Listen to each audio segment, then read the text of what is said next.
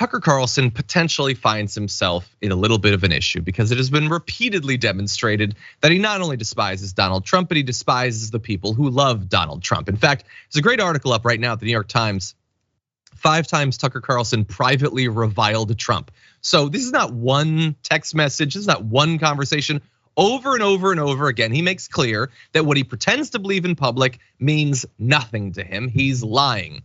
In these quotes, some of which we've already shown you, he attacks Trump's political strategy, his effect on the Republican Party, his business history, says he's failed in every business he's ever started, him not going to the inauguration, and he is overall desperate for Trump to lose power over the GOP, which if you're a MAGA person is the last thing you want. Well, that is the goal of Tucker Carlson. However, Tucker Carlson really likes being rich, and he doesn't have any other monetizable skills. He needs to maintain his audience. And so the work of trying to get his reputation back has already begun. Take a look at these sops from last night with Tucker Carlson sucking up to Donald Trump. You wouldn't know it from watching the news media, but Donald Trump is running for president again. They don't put him in prison first, which of course their plan. And he's saying things that are really interesting, not rehashes at all. In fact, he's come out with a bunch of proposals that were so interesting that we thought we would bring them to you.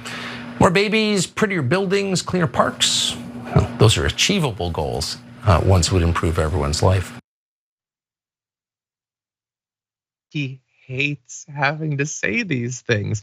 It wasn't like, hey, Tucker, give me a spontaneous, extemporaneous 5 minutes on how great Trump is to save your reputation.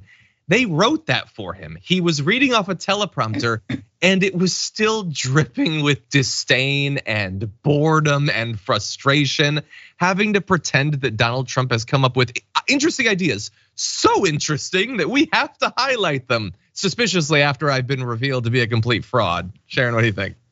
And what does that say about what's his face down at Mar-a-Lago?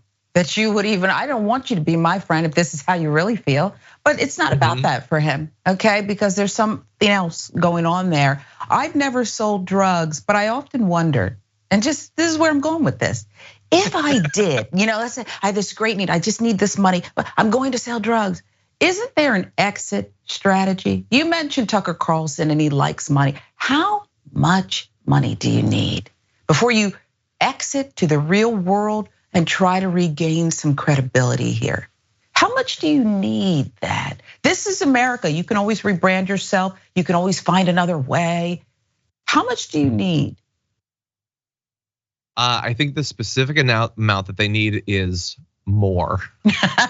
More of it. Yeah. More. That makes sense. That's it. And in terms of being able to like regain respectability, it should at this point, I think, be impossible. But we know what the mainstream media is like. They were a couple years ago writing glossy things about Tucker Carlson being, he thinks differently than other right wingers and all that. He's Alex Jones. Yeah, that he is. Happens to be the heir to a fortune. That's all he is. He's a white supremacist. He is, whether he truly deep in his heart believes the insane things that he says is almost irrelevant. First of all, I believe that he believes at least a version of it.